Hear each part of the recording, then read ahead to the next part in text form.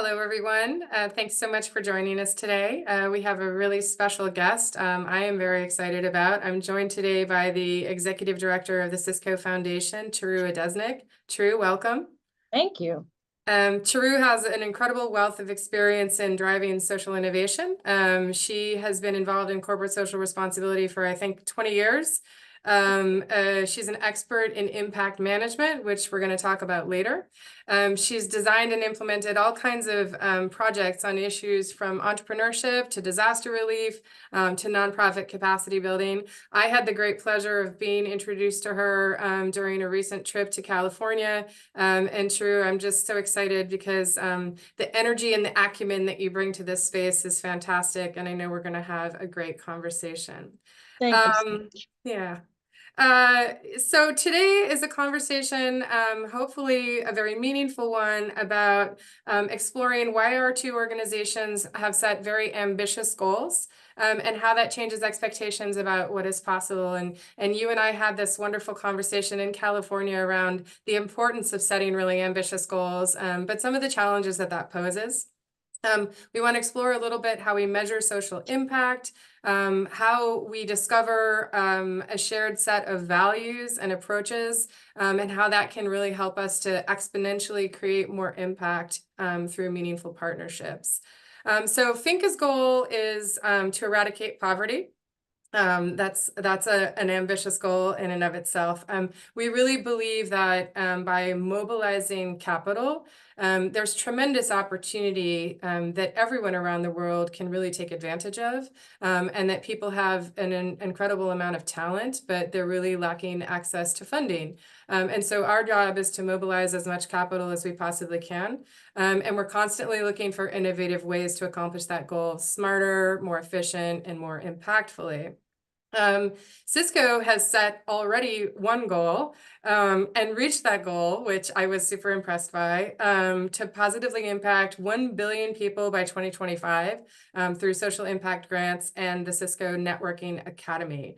So we're going to talk about how that goal was developed and how setting those ambitious goals can raise expectations about what kinds of change are possible. CISCO and FINCA both obviously are seeking to make really significant social impact and want to make ourselves accountable to measuring that.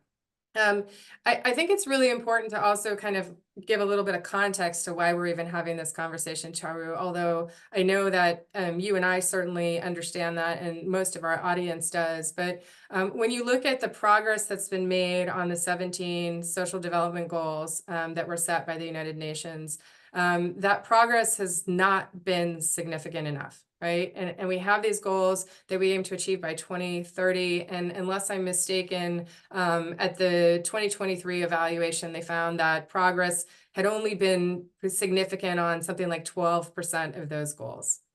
And people are still facing extreme hunger. Gender parity has not, achieved its objectives. We have not done enough, although we've made progress on poverty eradication. Clearly, we're falling far short of that mark. And there's a sense of urgency around all of this. One is that we already see the consequences of not achieving those goals happening all around the world. And I think that it's very much tied to the political instability and the volatility that we're seeing. And so for us as humans, even first before institutions, we need to make sure that we are really being ambitious about how we think about these things. So you might wonder, some people in the audience might wonder, what is an organization that provides financial services to women that have little meaningful access to technology have in common with an incredible company like CISCO that creates some of the world's most powerful computing equipment? And so we're going to talk about why we think we're effective partners, both because of our shared values, but also because of the work that we're doing together and the ambitions that we have. For those of you in the audience, this is not just a conversation between Charu and myself. We want to involve you as well. So please don't hesitate to put comments or questions in the chat as we go along in today's conversation. And we are going to ask you very specifically to do something to help us at the end of this discussion. So, Charu, welcome. Before I get into the questions, is there anything that you want to say by way of introduction? Yeah, I'm Charu. I've been at Cisco for about 12 years now. I love the comment that you made about what is an organization like FINCA have to do, and what's the relationship with Cisco? My background's actually in financial sector development, but I get asked that question a lot internally as well. It's great to be here with you today.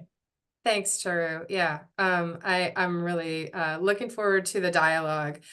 So, they say this all the time, and there's a great body of practice around you get what you measure, right? And so I think that, we're all aligned around the fact that we need to set goals and measure our progress against that. But why did you set your sights so high at Cisco? Yeah, great question. Well, you were talking about the progress on the SDGs.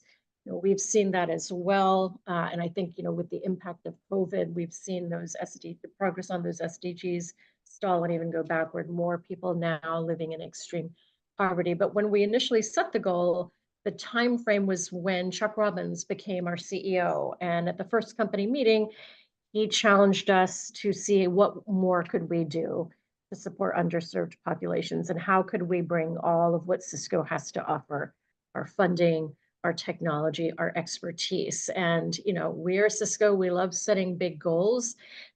We'd at the same time been doing some work looking at the impact reports that we get from our grantees and started doing some modeling. And we wanted to go big, and we felt that that was an achievable target between our Cisco Networking Academy and our social impact grants. We really felt like we could be there. So that was how we went big. And I will say at the time, we had an idea of how we would get there, but we certainly didn't have everything worked out. I think that's something that's a bit of advice I would give to other organizations and companies who are looking to set big goals.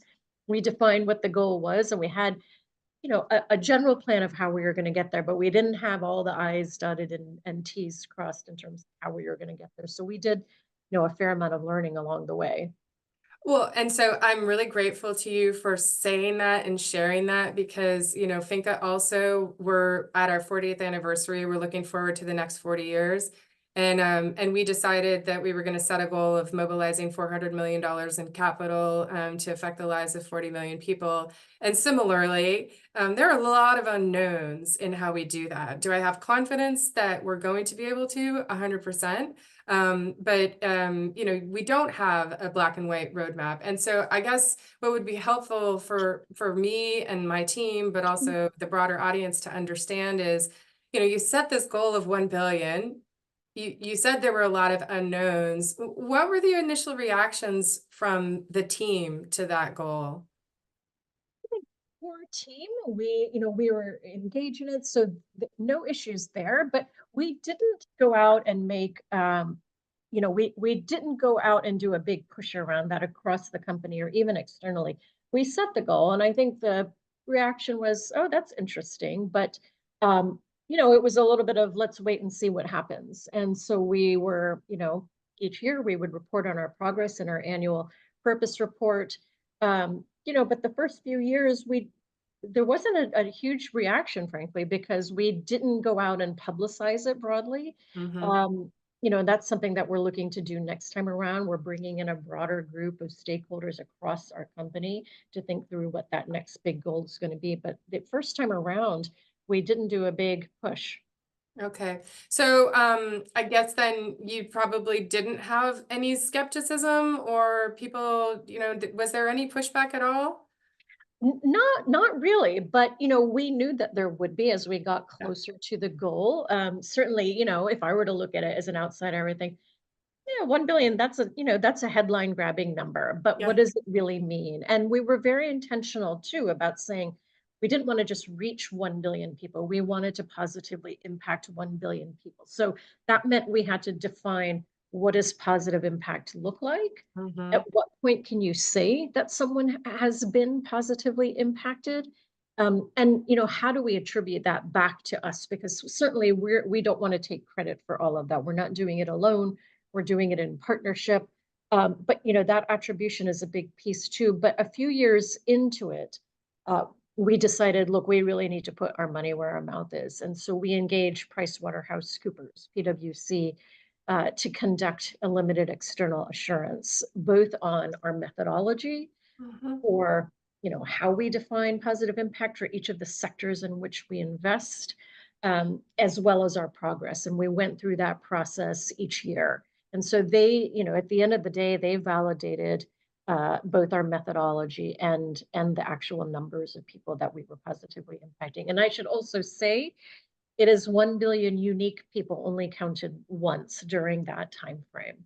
It's a huge achievement. And I know that, now you've set an even more ambitious goal. Um, I mean, you've mentioned the importance of partnership, and you've mentioned, using an external validator to come and make sure that you've got clear credibility around the measurements that you're using. And so it's very focused. Are there any other key strategies now that you've achieved the first goal and you're setting a more ambitious goal? Are there things now that you're like, okay, we're definitely going to do this way because we know that it'll help us to accelerate our impact? Yeah, I think, the two components that were included in the goal were first the Cisco Networking Academy, which is an initiative that Cisco owns and operates. We partner with universities, community colleges, nonprofit organizations around the world to deliver technology curriculum. So someone can start with an exploratory or foundational course in cybersecurity and progress on up to get a cybersecurity certification. And then we have a job matching engine. And so we have seen the real impact of that, and we now have more than 10,000 networking academies around the world, and I think about 3 million students a year. With our social impact grants, that piece, I think what we learned from this work is that our model works, and our model really rests on two things. One is, being a technology company, we believe in the power of technology, both to connect the unconnected, but also to have impact at scale. And so that focus on technology enabled, technology delivered initiatives was really what helped us get to that 1 billion, 1.1 billion, I should say. The second is our model of how we invest. And I think that is quite unique. It is higher risk because we invest like a venture capital firm, in that we invest in early stage initiatives. So an organization may come to us and say, hey, we've got a great idea for a tech-enabled, tech-delivered solution. It's really hard for organizations, just like in the for-profit world, it's really hard for nonprofit organizations to get seed funding, to ideate, to iterate, to create, to experiment. And that's where our sweet spot is. Our point of entry when we make an initial investment is early stage. It is higher risk because we're not starting out investing in proven solutions. So you just have to, it requires a different risk appetite, and we're comfortable with that. We do a lot of due diligence on the front end. But we have seen that strategy works because we have many, many examples of organizations who have come to us with just kind of that seed of an idea. We have provided funding, we've provided donations of our technology to support the organization at that enterprise level, our team's expertise, our Cisco employee volunteers. And we see, 3, 4, 5 years later, as we continue to support from ideation to validation, then to replication and scale, we see that those solutions today are reaching, hundreds of thousands, millions of people. So I think those two pieces, that focus on tech enabled and Yeah. early stage, really works. Yeah. We've seen impact at scale with this approach. No, it's fantastic. And certainly, looking at it from FINCA's vantage point, access to technology and access to connectivity are two of the biggest barriers for the very poorest clients that we're trying to serve. And look, I am so in admiration of what Cisco's achieved. In fact, I think that that's one of the few dimensions where progress in the SDGs has been good, is access to technology and to connectivity. And undoubtedly, you all have made a really significant contribution to that progress. Just curious, going back to the goal setting again, I mean, did you see how setting that really ambitious target the first round have an effect on changing people's minds about what was possible? I think so. Yeah, absolutely. I think, what we saw was even in the early years when we were getting things off, this sort of investing in high potential early stage solutions and then supporting along a continuum to go from ideation to validation and continued support to help with scale and then exit. So yes, I think absolutely. That's great. Yeah, and I hope that everybody on this, takes away that message of like, let's set those really ambitious goals and go through that ideation process and agree on where we want to be, and use that as an inspiration for figuring out innovative ways to get there. So pivoting to partnership a little bit, because I can certainly say from again from FINCA's standpoint, Cisco has enabled a lot of things for us. It's been a fantastic partnership. And as I mentioned, technology as an investment is a significant hurdle for organizations. And so clearly, the value of partnerships with organizations like Cisco are very high. But can you talk a little bit more about your partnership model? I think you articulated the investment model really well, but kind of going into it a little bit more deeply, like what does that relationship look like in an optimal situation for you? Yeah, and really it is the partnerships, both for the NetAcad, our partnerships with networking academies, with universities, community colleges, sorry, not hospitals, nonprofit organizations. Same with our social impact grants. It's really driven by partnerships, and what we look for is, and we do think about it as a true partnership. We are not the funder who writes a check and walks away. We really want to know, you know, how are things going? And we look to, co-create. We hear from a lot of our partners and organizations that we talk to that there aren't a lot of funders who are funding tech-enabled, tech-delivered solutions. That's our bread and butter. That's what we're good at. That's what we're comfortable with. That's our value add. So we are willing to invest in that.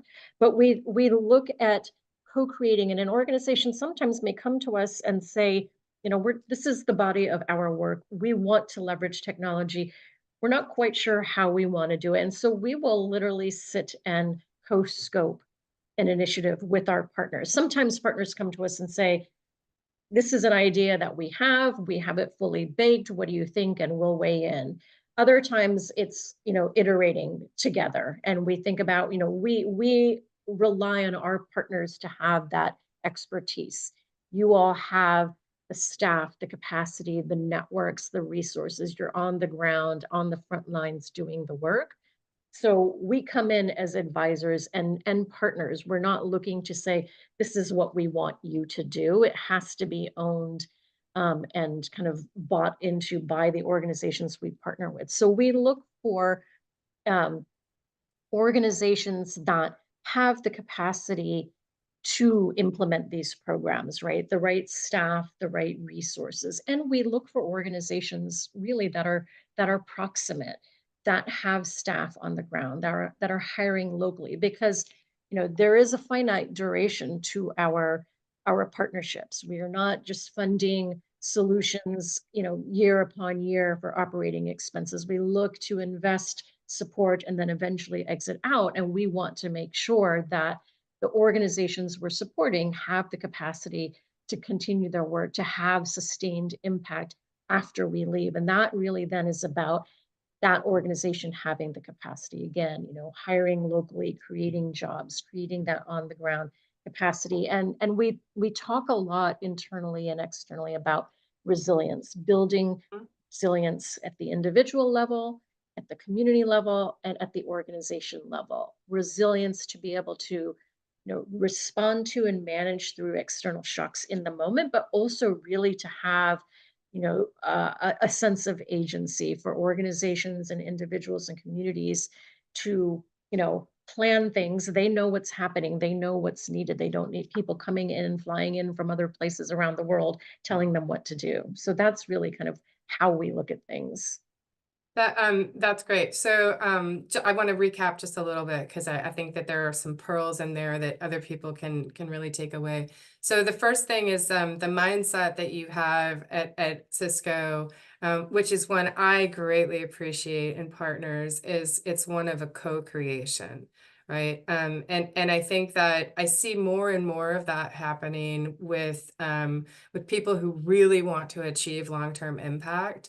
Is that kind of deep appreciation of the strengths of different partners, and making sure that that definition of engagement is one that is tackled together, as opposed to kind of this is what we want, this is what we want, and then only having a universe of direct matches. Yeah. Okay. So that's one pearl, and then the other pearl, and I didn't ask you like what are your measures of success, but you certainly indicated that resilience and leaving behind an organization that has the capability to deliver those services on a go-forward basis is one indicator that you're looking for. Are there other measures of success that are important to Cisco? Yeah, I mean, I think overall, certainly the biggest one was that positive impact, right? What does that positive impact look like? And so for us, and when we were going through the assurance process with PwC, as an example, if we're funding a tech-enabled program that is equipping people with technical and professional skills, we're not just looking at, positive impact for us isn't just the number of people who sign up for this program. We want to see that people are completing the program, that they're going on to get jobs, that those jobs are providing stable, sufficient income, and that people are progressing in their careers. And that takes time, right? If it's something working with smallholder farmers, we want to see that smallholder farmers are accessing these tools and resources. And then we start seeing things over time like increases in productivity, in farmer revenue, and farmer income. So that's kind of at the solution level. We also, track things like replication. And by replication, we mean the percent of solutions that we have funded that have successfully replicated beyond the original geography where they were being implemented, or if it was from scratch, where are those solutions now? And so we have many examples of, one of our partners is doing work in that skills to careers space. They started operations in Peru. Today, they're in a dozen countries across Latin America. We look at scale, certainly. And, not every one of the solutions we fund gets to scale. That's okay as long as there's impact. But we do have many, many examples of solutions that are reaching and engaging and having impact on hundreds of thousands or millions of people. We look at exits, so organizations that take that solution and they no longer need our funding. And that, we're agnostic on what that path to financial viability looks like. Sometimes it means the organization takes the solution, spins it out into a for-profit social enterprise. Sometimes the solution's kept in-house, but they have sources of earned revenue. And so they're able to rely on philanthropic capital to invest in new features and functionality, but they've got sources of earned revenue to kind of run the business on a day-to-day basis.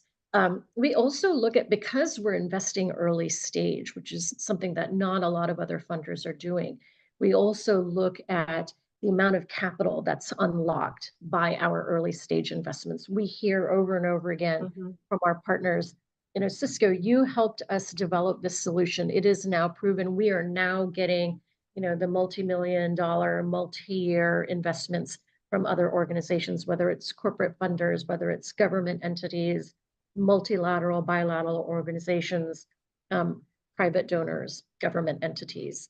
So those are some of the things that we look at in terms of measures of success. That's fantastic. So, and I think that, really you touched on a lot of the shared values that we have between our two businesses. Obviously, that FINCA is committed to, one, achieving real measurable impact. Two, that we want it to be sustainable and scalable, and that we want to have a multiplier effect in the communities that we're serving, so that it goes far beyond the direct intervention into that community. Are there other core values that you think are part of our shared set? Yeah, absolutely. I mean, we just we wrapped up a CISCO Foundation board retreat, And, we spent part of that looking back, reflecting on all that we've achieved in the 26 years that CISCO Foundation has been in operation, have a new vision and mission statement, but really wanted to build on what we've accomplished to date. And I think a lot of what we share is this focus on, a world of equitable, resilient, empowered communities where everyone has the opportunity to reach their full potential and thrive.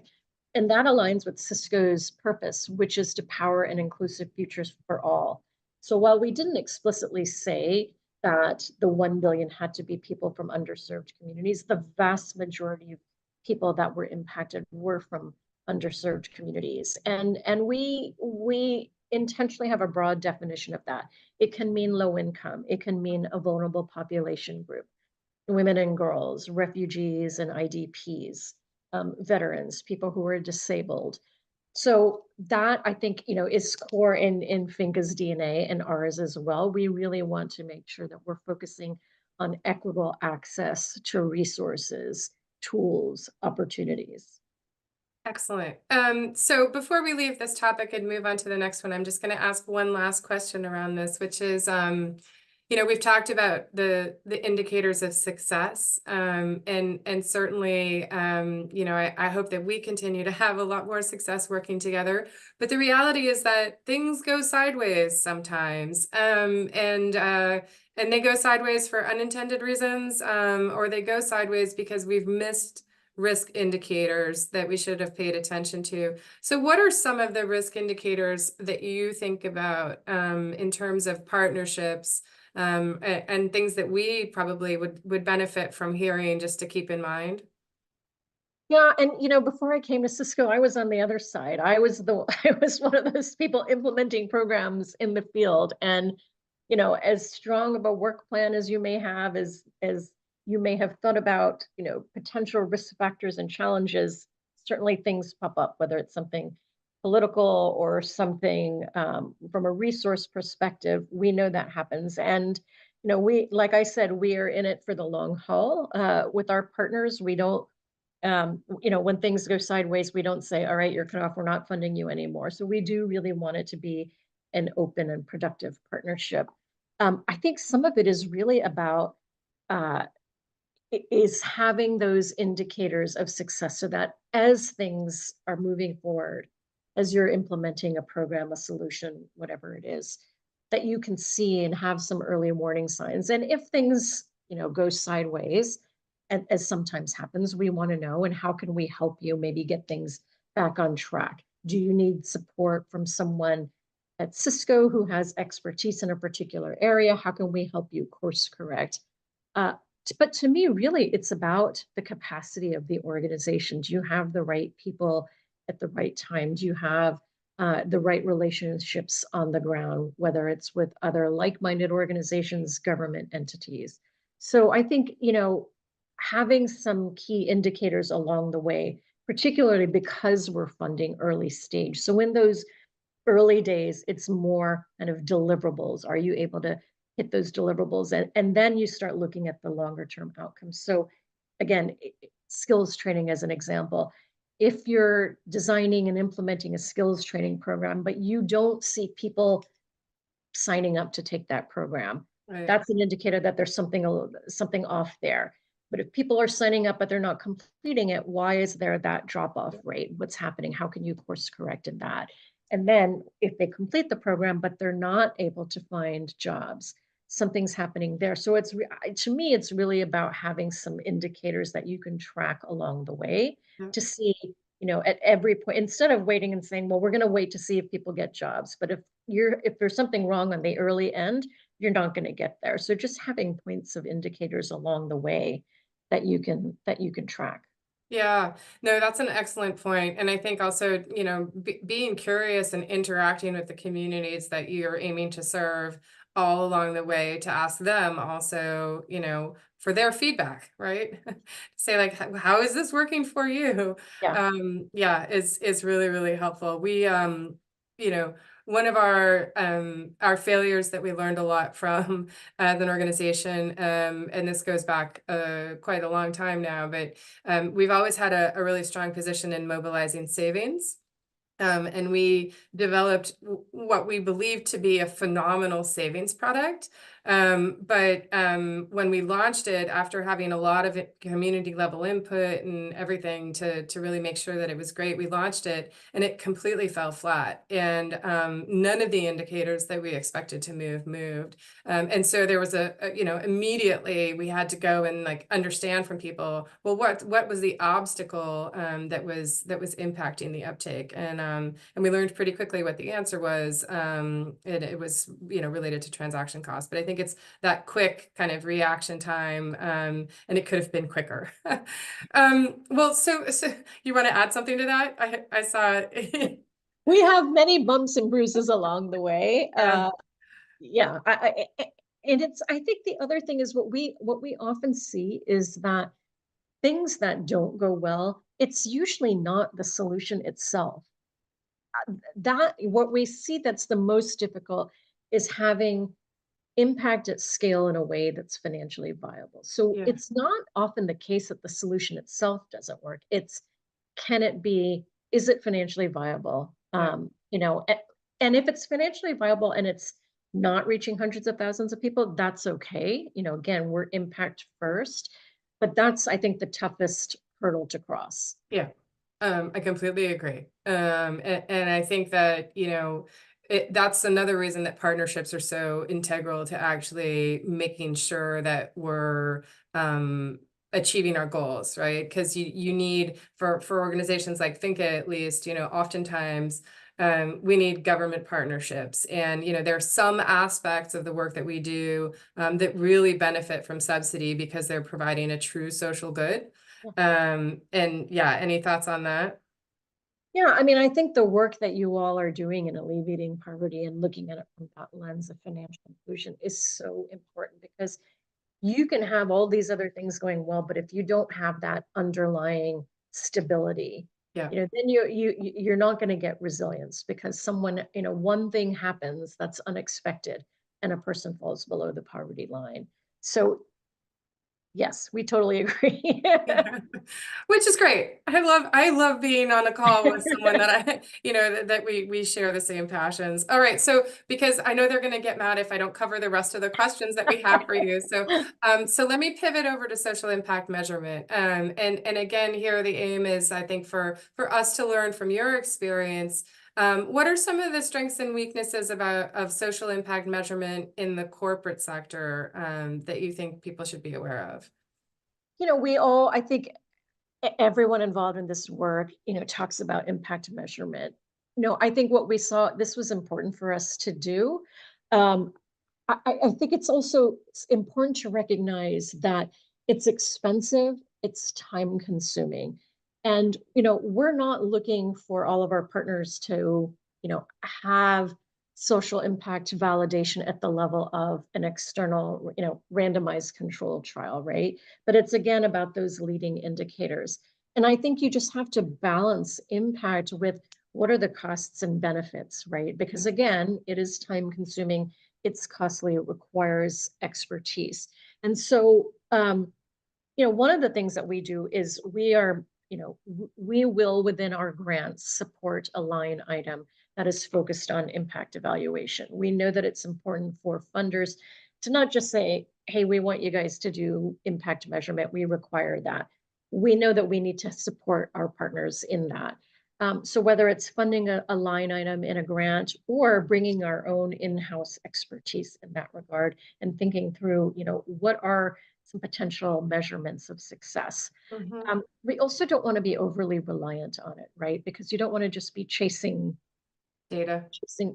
data, right? And I remember, when we started this journey, when I first came to CISCO and I was charged with building up our economic empowerment strategy, and I came up with, I think it was 24 indicators, and I thought, this is awesome. We're gonna measure all sorts of things, and it was way too many. It was way too many. And I had talked to another funder, and they had said, we went through the same process and we narrowed it down to, half a dozen indicators. So I think it's not just data for the sake of data, but really what are some core, a few 3 to 5, maybe key performance indicators that really point to success. And it's, again, not us saying to our partners, this is what we want you to measure. Yeah. We say to our partners, how do you view success? What are Yeah. the things, when you achieve XYZ, what does that look like to you?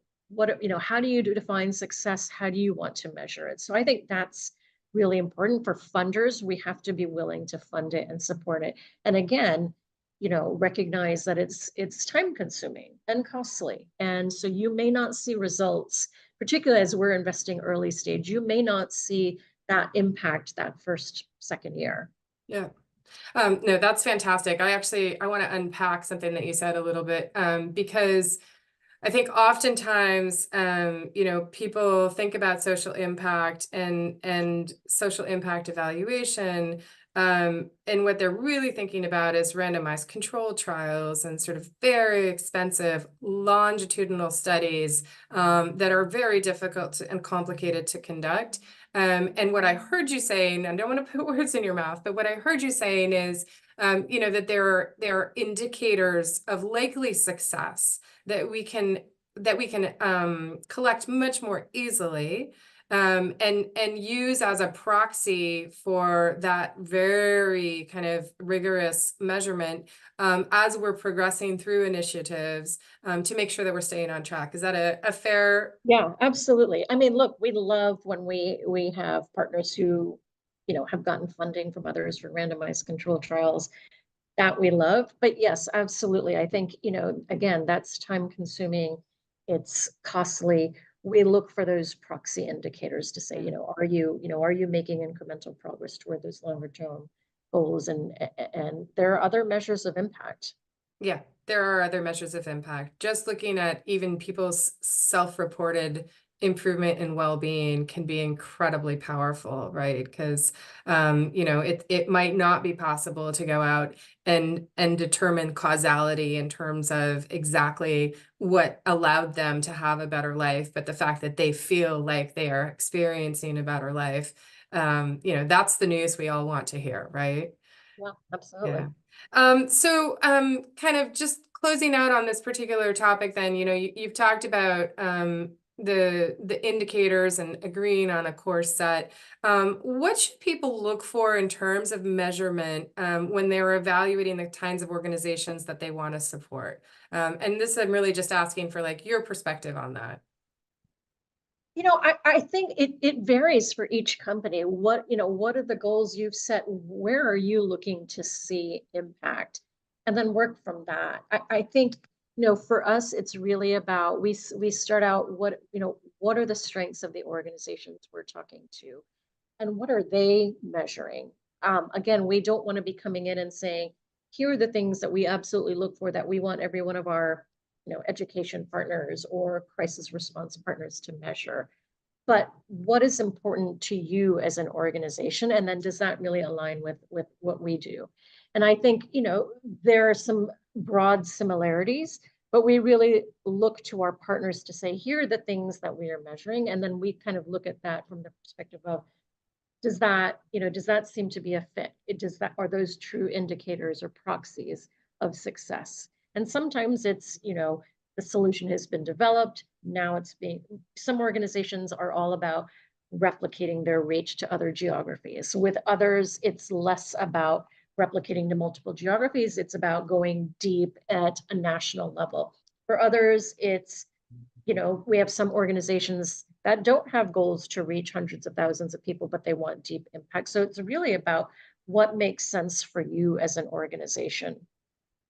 Excellent. Thank you. Well, we have reached the end of our time together. I want to thank you, Charu, for making the time for this conversation today, for sharing your insights. I think that, clearly the takeaway is don't be afraid to be really ambitious about hitting those social development goals, that you can't do it alone and you need to have strategic partnerships in order to get there. That technology clearly is a massive ingredient in actually achieving positive social change. We talked a lot about the alignment between CISCO and FINCA in terms of our mission and our values, and clearly that focus on empowering communities, sustainability, and scalability are a very, kind of a bedrock of our partnership going forward.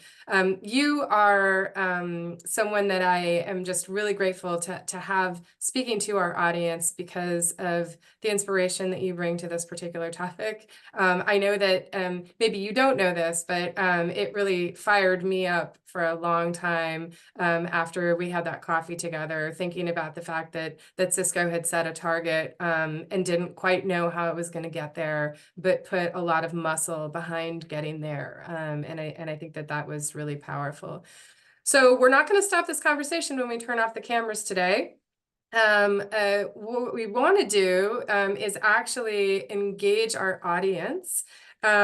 We would like to ask for your ideas on what kinds of collaboration between FINCA and technology companies like CISCO should be possible in the future, and how we might form those partnerships to amplify the impact that we all want to achieve. FINCA is an organization, as you know, that is innovative. Nobody has solved the problem of eradicating poverty yet. We know that, which means that we can't just keep trying to do it the same way. We've got to invent new ways in order to get there. So this is the challenge to those of you who are watching this broadcast, which is, what are your ideas about where technology can help to end poverty, and where are the greatest opportunities? And you can either enter those into the chat now, or you can think about it and you can send us a note later on. But the give here, because that's obviously the get, the give here is that Charu has generously agreed to co-author a blog with me to respond to those suggestions in a couple of months. And so we are very serious that we want to hear about innovative ideas that you might have to help us achieve this goal. We've got to do it. Once again, Charu, I want to give you the last word, actually. You've been a great collaborator on this conversation. Any final words to the audience? Well, first, I want to thank you. Thank you so much for inviting me. I'm happy to talk about these topics. And thank you to FINCA for all of the work that you do. You've been a great partner on our journey. So thank you so much. And yes, we believe in the power of technology. And like I said, it's, connecting the unconnected. Doesn't have to be our technology, but connecting the unconnected and having impact at scale. But again, thank you so much. It's been such a pleasure to be here, and looking forward to audience comments and thoughts and questions. Thanks, Charu. See you Thank soon. you. Bye-bye. Bye.